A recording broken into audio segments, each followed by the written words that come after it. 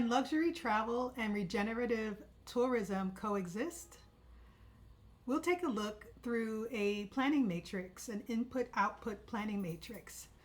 Hello, my name is Anasa Laude, co-founder of ILE Strategies. On this channel, we walk you through tools and strategies for social impact ventures and nonprofit organizations. You can learn more about our work at ILEstrategies.com.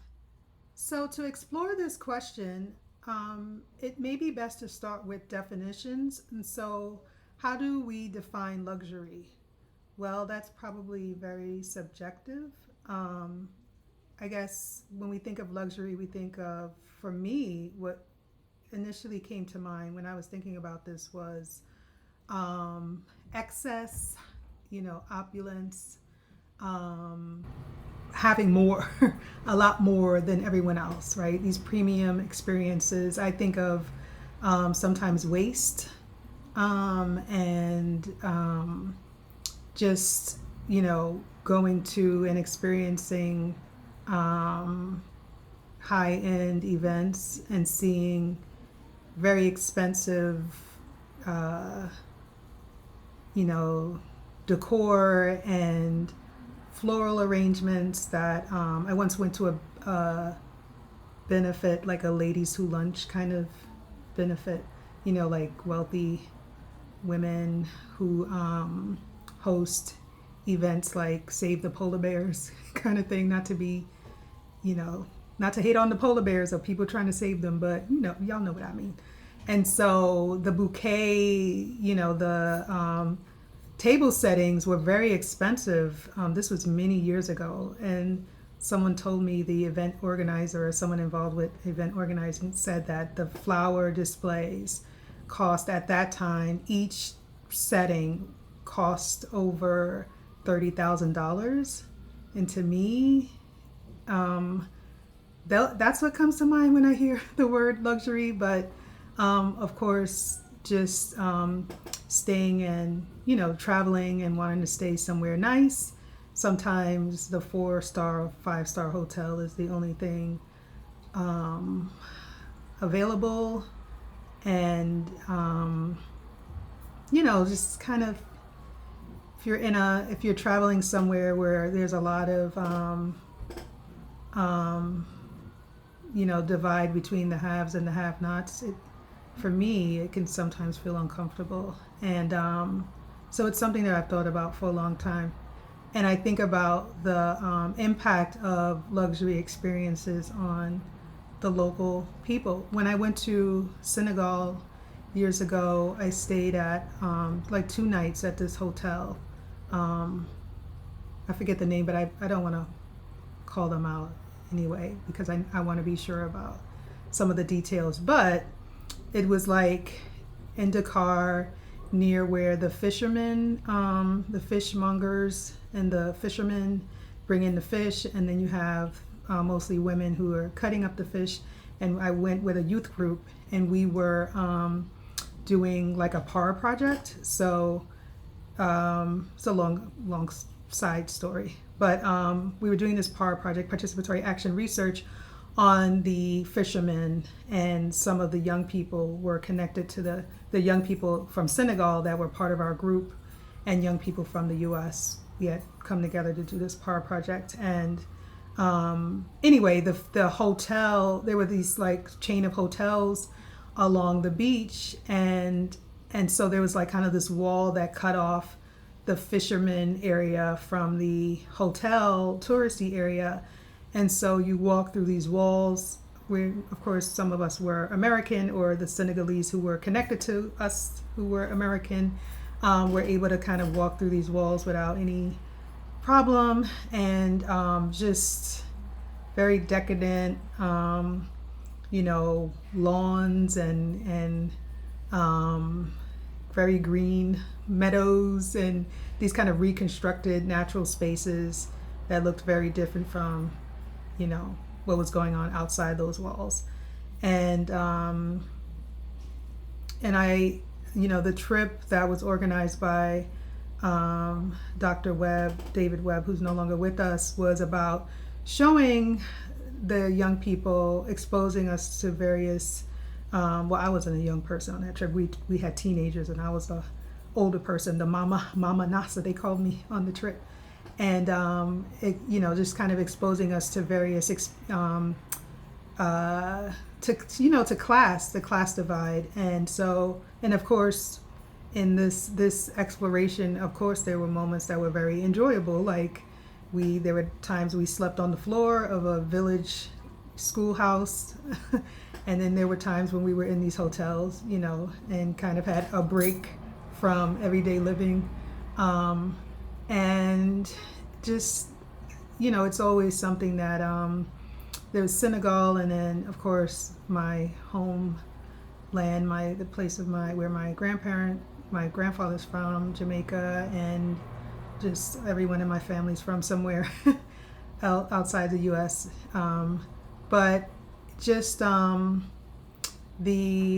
just that divide has always, it's something that that I think about when I'm traveling, because we spend a lot of time with both people who are just trying to make it and folks who have a lot.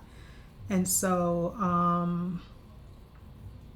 so how do we, if we're thinking about improving the lives of people in the shadows of tourism, in the shadows of resource extraction, how do we generate the revenue needed to invest in ecosystems restoration, climate change adaptation and mitigation and resiliency? How do we boost community economic opportunity and economic resilience, and also diversify industries so that communities are not dependent on tourism? And as I've mentioned before, and as we all know, the pandemic shut down travel for a long while, and communities are still recovering. It created this shift in places that are still recovering from that long period without tourism. And then in some instances, tourism bounced back very rapidly without communities having time to adjust, and the infrastructure not being ready to absorb all of what they're calling revenge tourism. I think some people have called it like the revenge against the pandemic, keeping us all locked up, and now we're out and about and enraged, and we're going to conquer the world and see all the places and visit all these places. But there are communities that have to, that are impacted by it, right? And so if we're going to do regenerative tourism, I believe that it has to be, the experience is going to create an experience that will garner and attract tourists and travelers. The experience has to be luxury, but then how do you do that in a way that's not the excess and the opulence and that further creates divide? And so I like to use this tool. There are a number of tools that could be used for these kinds of dilemmas, weighing these dilemmas in program design. And one tool that I dusted off that I haven't used in a while, and I didn't create it, but it's something that came up on a federal grant, kind of like a logic model kind of thing I had to put together many years ago. And there was this input-output matrix. Maybe it was a state grant. But either way, I think it's a great tool to use in just kind of jotting down some of the very key variables that would be involved in creating the experience in a way that centers community and centers the ecological needs, ecological restoration needs, ecological restorative needs, maybe that's the proper way to say it, and the and climate resilience and diversifying industry. So there's a lot that we're trying to accomplish there, and really it has to fall on the travelers to pay the premiums, right, to cover these costs. And so what kind of experiences would people think is worth it, and and then I guess it's really the experience itself and then the why. And we know that I shared from the previous video that I believe it was booking.com did research on perceptions of travel that integrated sustainability and concerns around community, and 60% of people said that they would be willing to, or they're interested in supporting and traveling to places that had that in mind. But we're not sure what people will really do until they do it. That's important, I guess, to keep in mind in business. But there's interest, and just a number of, I believe it's Travel Weekly or one of those a number of travel magazines and research papers I've been looking through. There seems to be a trajectory towards travel there's a growing concern around the impact of travel on the places that tourists visit. So, but are they willing to pay what it might cost to accommodate them in a way that is that feels thoughtful and that feels comforting, comfortable, and creates. It could mean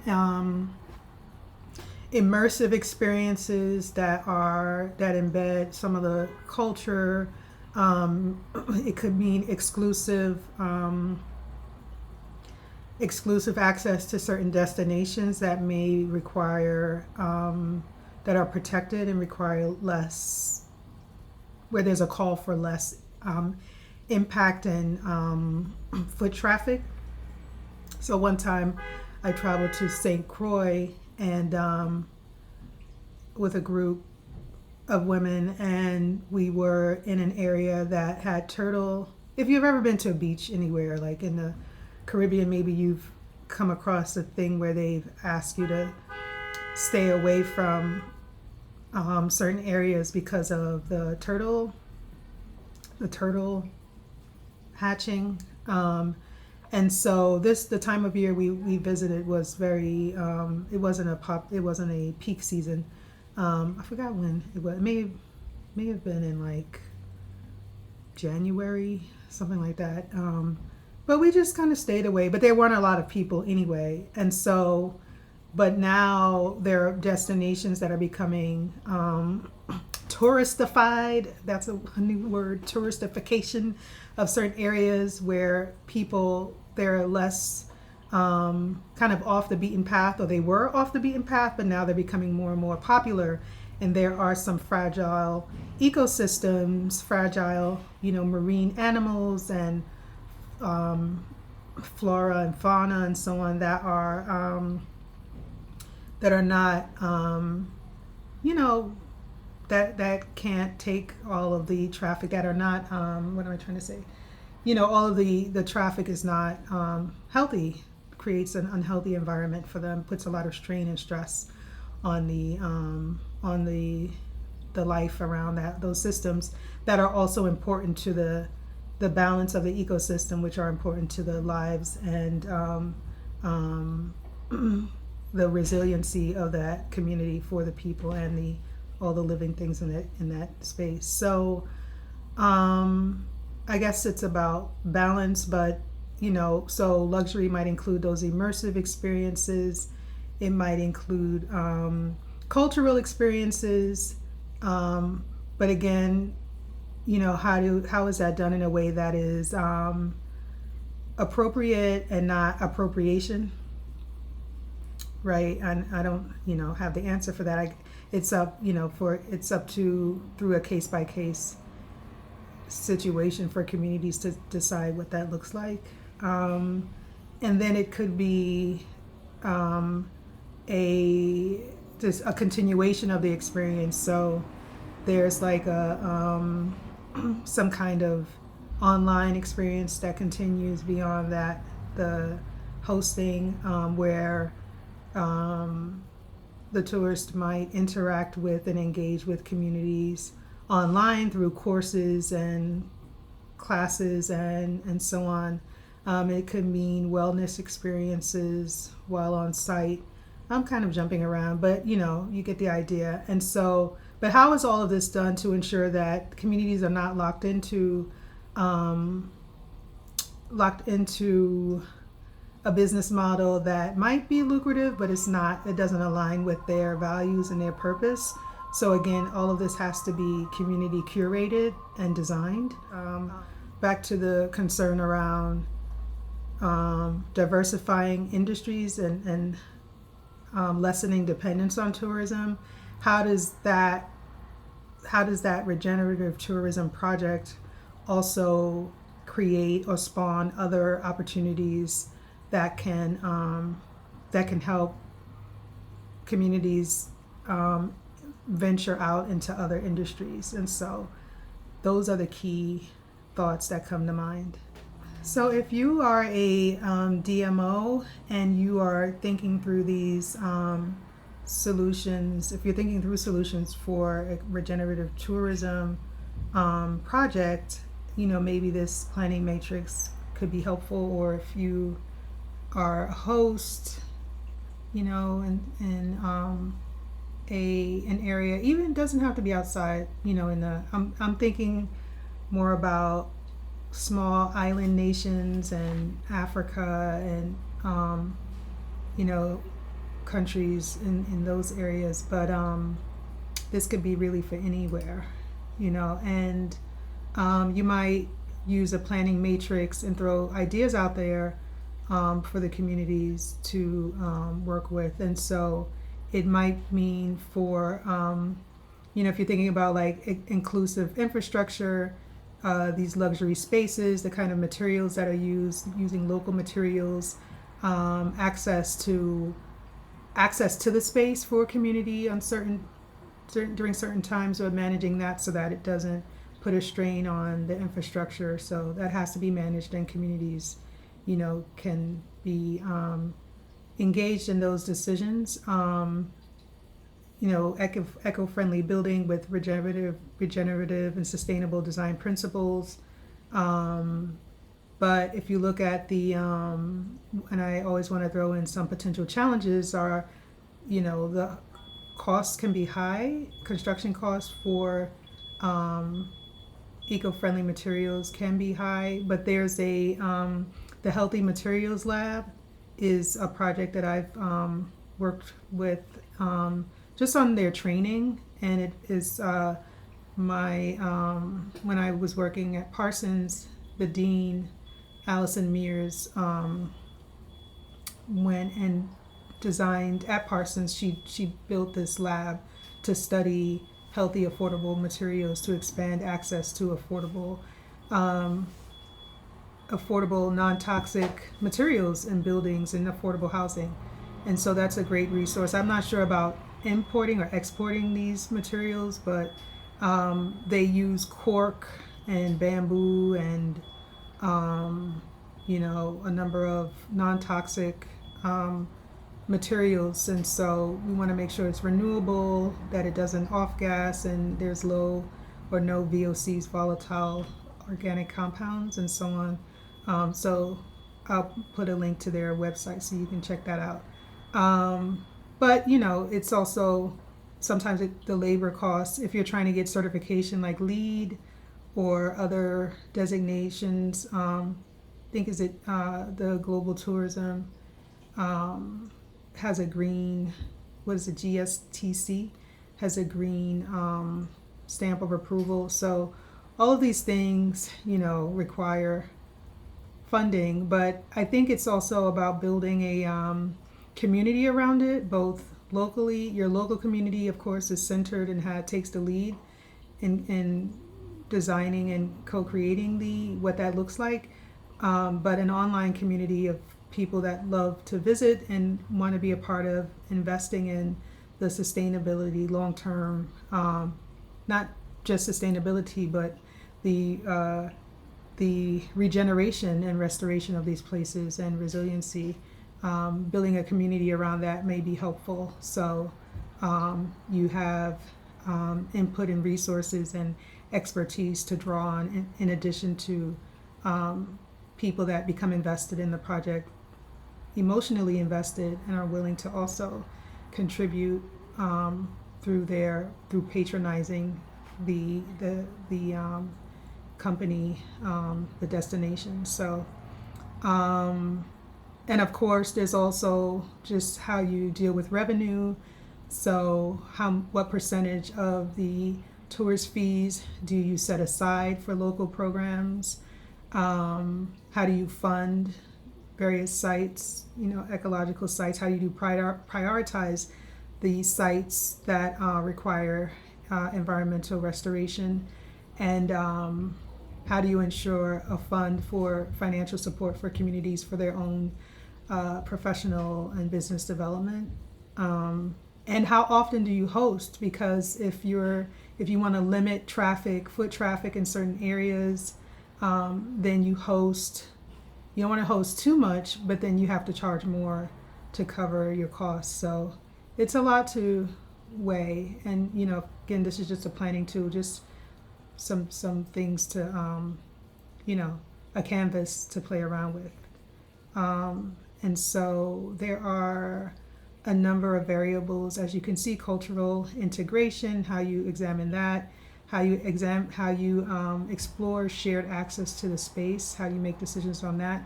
So meaning days when communities have access to the experience, have access to the destination, and days where it's completely off limits to allow for restoration. That might require long periods of time, sometimes entire seasons, or maybe even a year or two.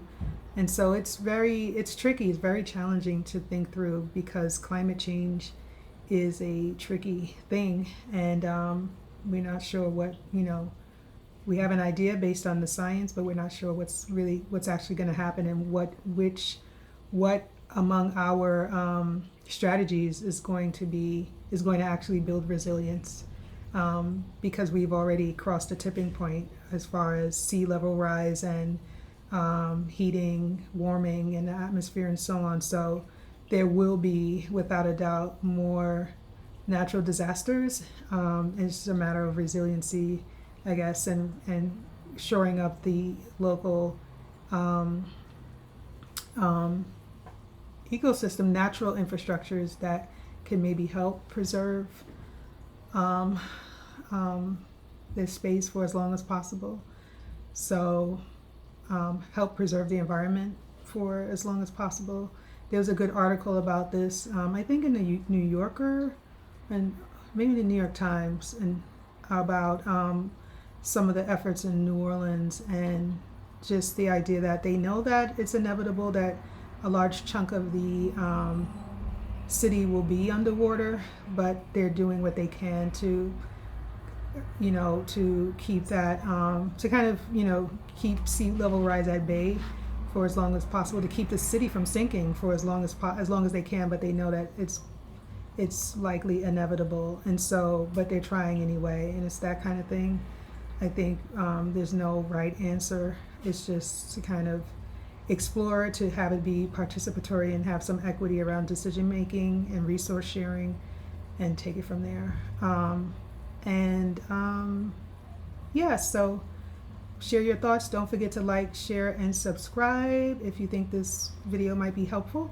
And in the comments, let me know what else you want to explore in this context of regenerative tourism or sustainability and so on.